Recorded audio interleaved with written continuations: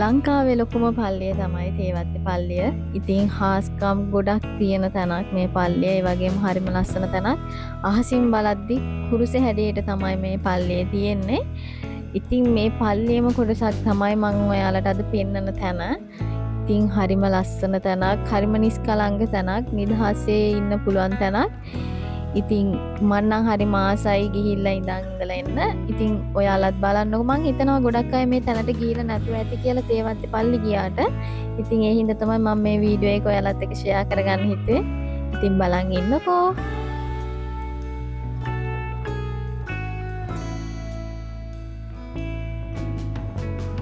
මේ තැන තියෙන්නේ පල්ලියට අපි යනකොට වාහන නවත්තන තැන ඉඳලා වම් අත පැත්තේ පල්ලහැට යන්න තියෙන්නේ. පඩිපෙළක් තියනවා යන්න. ඉතින් දැන් මම මේ යන විදිහට ඔයාලට බලන් යන්න පුළුවන්. මේ විදිහට තමයි යන්නේ මෙතනට. ඉතින් අපිට දැන් උතනින් පඩිපෙළක් හම් වෙනවා. දැන් මේ පඩිපෙළෙන් බහැලා ඉන්නකො ඔයාලත් යන්න මාත් එක්ක පල්ලහැ තියෙන්නේ මොනවාද කියලා බලන්න.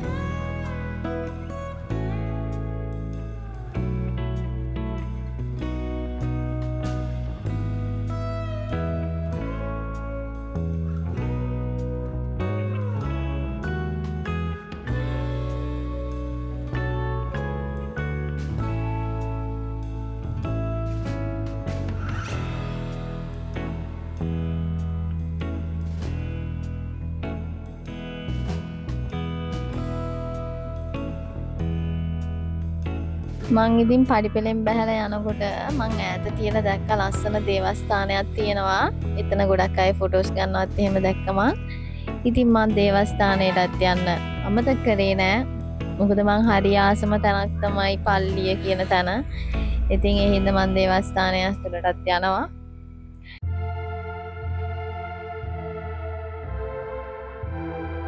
ඇත්තටම මෙතන පිටරට දේවස්ථානයක පෙනුමක් තමයි තියෙන්නේ. ඔයාලටත් පේනවා ඇති.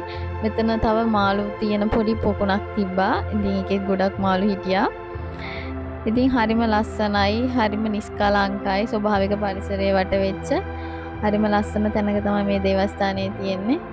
ඉතින් මම දේවස්ථානය ඇතුළට ඇවිල්ලා යාඥා කරලා දැන් ඉතින් මම මේ යන්න තමයි හදන්නේ ගල් ගුහාව පැත්තට.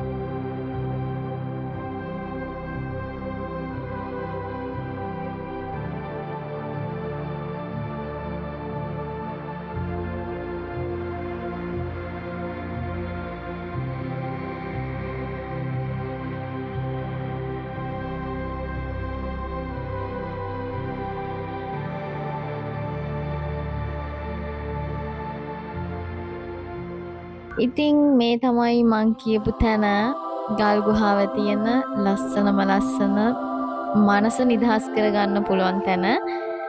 ඉතින් ඔයාලා බලන්නකො ගොඩක් අය මං හිතනවා මෙතනට ඇවිල්ලා නැතුව ඇති කියලා. තේවත්තේ පල්ලියාවට ගොඩක් අය මේ තැන ගැන දන්නේ නැහැ.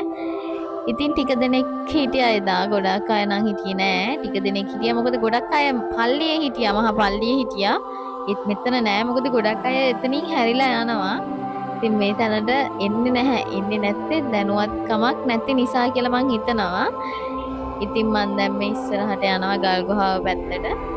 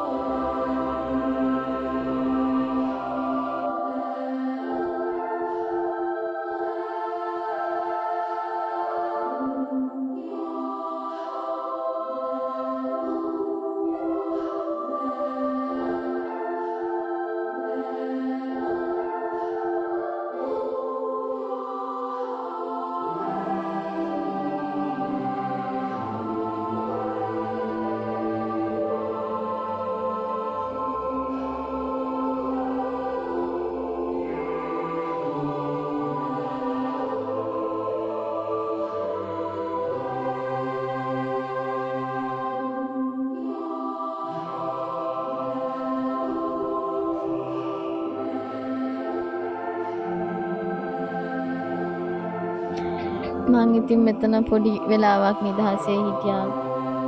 දේව මෑණියෝ දිහා බලාගෙන පොඩි වෙලාවක් ඉඳගෙන හිටියා. මෙතන බංකු දාලා තියෙන ගොඩක් අය ඇවිල්ලා මෙතන ඉන්නවා නිදහසේ ඉඳගෙන.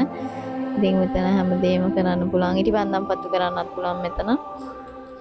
ඉතින් හරිම ලස්සන වටපිටාවක් ඔයාලට මම මේ පෙන්නන්නේ ඒකයි. ඉතින් ඔයාලත් එන්න ඇවිල්ලා මේ තැන බලන්න මෙතනටලා නිදහසේ ඉඳලා යන්න පුළුවන්. හිතේ තියෙන හැමදේම මෙතන ඉඳලා යද්දි නම් මං හිතනවා ගොඩක් ප්‍රශ්න නැති වෙයි කියලා ගොඩක් අයට. ඒ තරම් හිත නිදහස් වෙන තැනක් මෙතන. දැන් මම මේ යන්න තමයි හදන්නේ. ඉතින් මං හිතනවා ඔයාලා මේ වීඩියෝ එකට කැමති වුණා කියලා. ඉතින් මාව subscribe කරලා නැත්නම් subscribe කරලා තියාගන්න. අලුත් වීඩියෝ ගොඩකින් ඉස්සරහට හම්බෙමු. එහෙනම් අදට මං ගිහින් එන්න. ඉතින් තව සුළු ප්‍රමාණයක් තමයි ඕනේ මට subscribersලා 1k වෙන්න. ඉතින් මං හිතනවා ගොඩක් අය මට උදව් කරයි කියලා ඒක මට සාර්ථක කරගන්න ඒ කරා යන්න. ඉතින් ආයෙත් අලුත් වීඩියෝ එකකින් හම්බෙමු. අදට මං ගිහින් එන්නම්. ඔයාලා හැමෝම පරිස්සමෙන් ඉන්න.